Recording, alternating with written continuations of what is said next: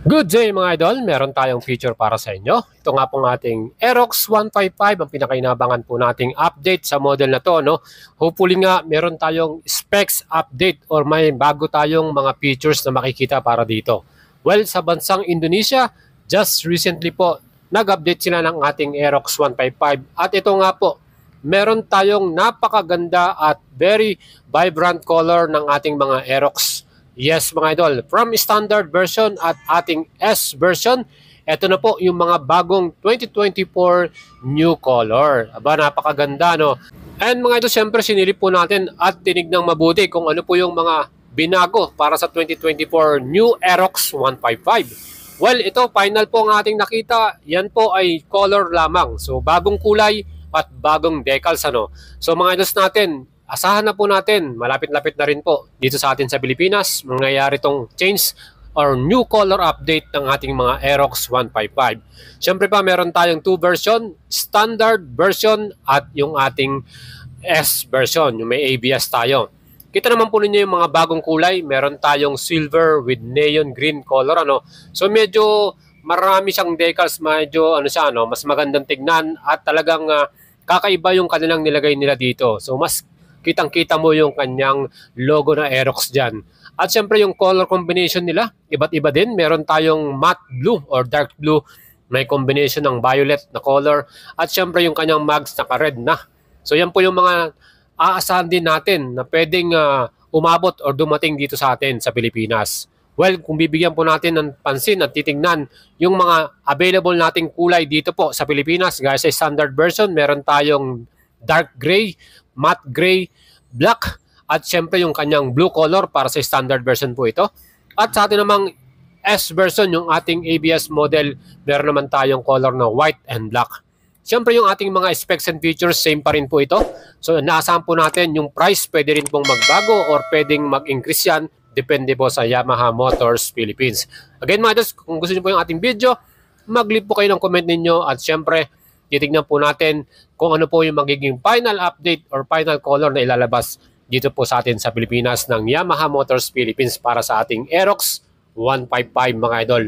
At itong ating standard version mga idols, kung bibigyan ko po kayo ng update, as of today, ang kanyang SRP 124,000 pesos.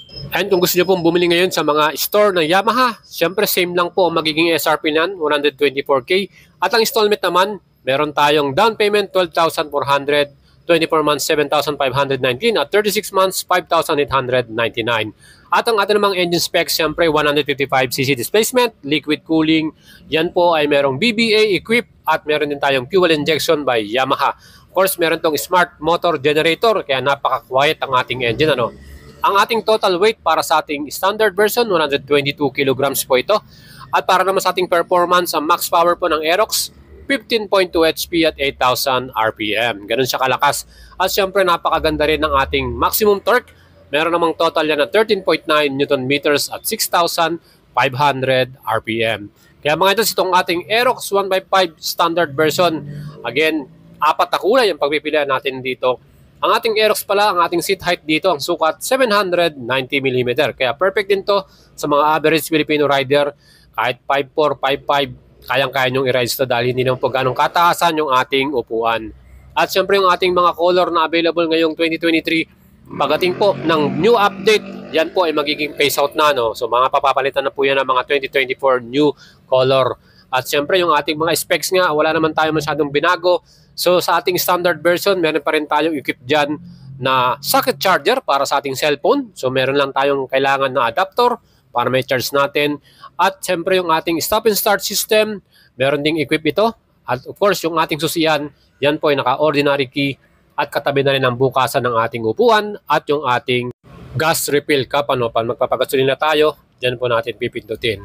Of course, itong ating Aerox 155, meron ding equipped ito na Yamaha Connect, yung ating Bluetooth connection, at yung ating instrument panel, yan po ay fully digital. Para naman sa ating suspension, sa harapan telescopic forks at sa likod naman naka-dual shocks po tayo.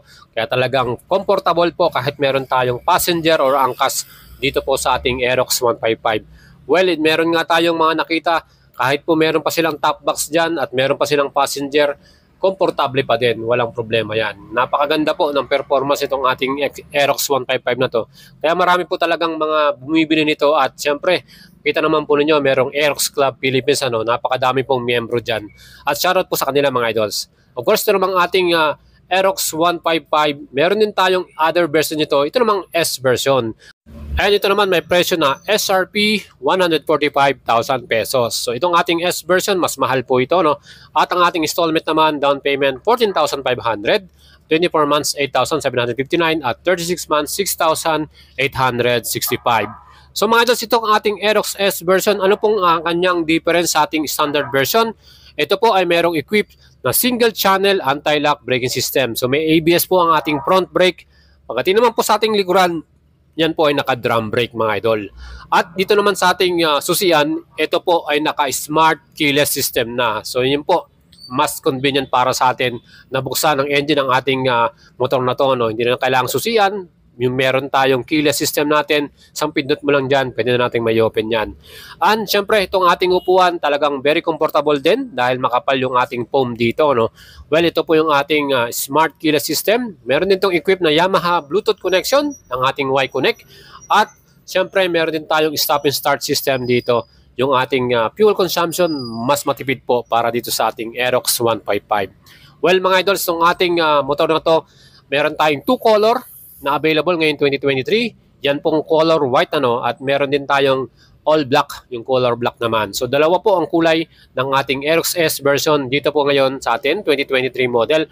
Asahan na po natin pagdating po ng ating new color update, magkakaroon tayo ng panibagong kulay at nakikita nga natin na mas maganda yung kanyang decals at yung kanyang logo, no? Mas talagang vibrant at very eye-catchy rin. So takaw pansin tong ating bagong Aerox na to. Nakita nyo, meron tayong combination na orange and blue. Aba mga idols, ang ganda, no? At syempre, meron tayong matte dark blue.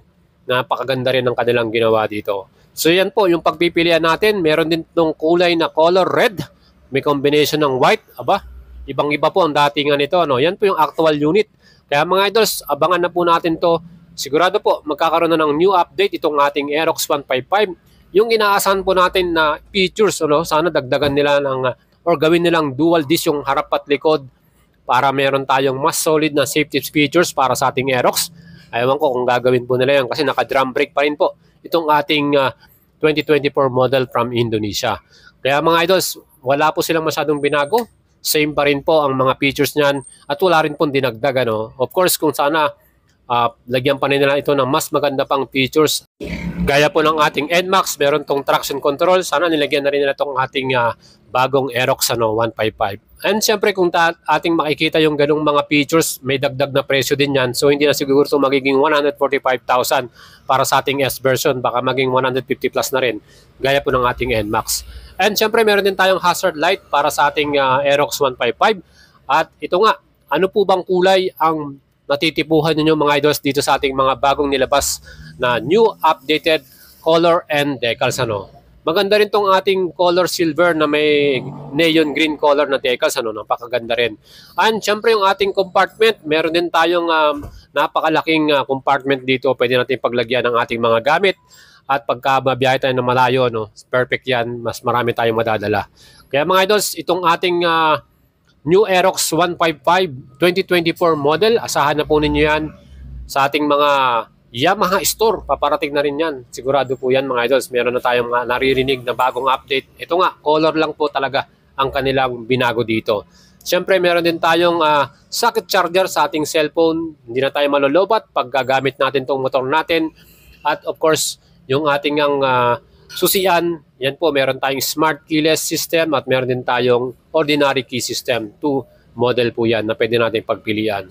And makikita natin dito, baka ito po, pag nilabas ng Yamaha to, merong mga price increase yan. Baka magdagdag sila ng presyo, maybe 2,000, 3,000. Kasi yun ang nakikita nating trending nila, yung pattern ba? Pagka nagkakaroon ng bagong model update sa atin, ang Yamaha Motors Philippines. So asahan na po natin to, bagong-bagong design at style.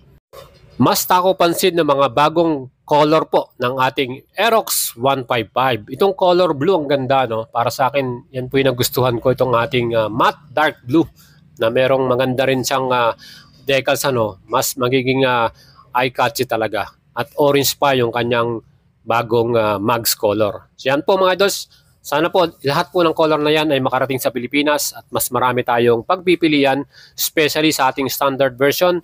Itong orange and blue, panalo din, maganda rin yung kulay na yan. At yung kanyang red and silver, or red or white.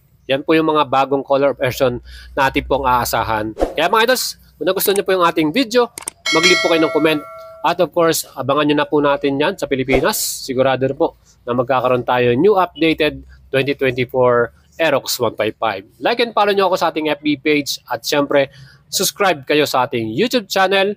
Salamat sa inyo mga idols sa inyong suporta at pagpanood. At ingat po lagi.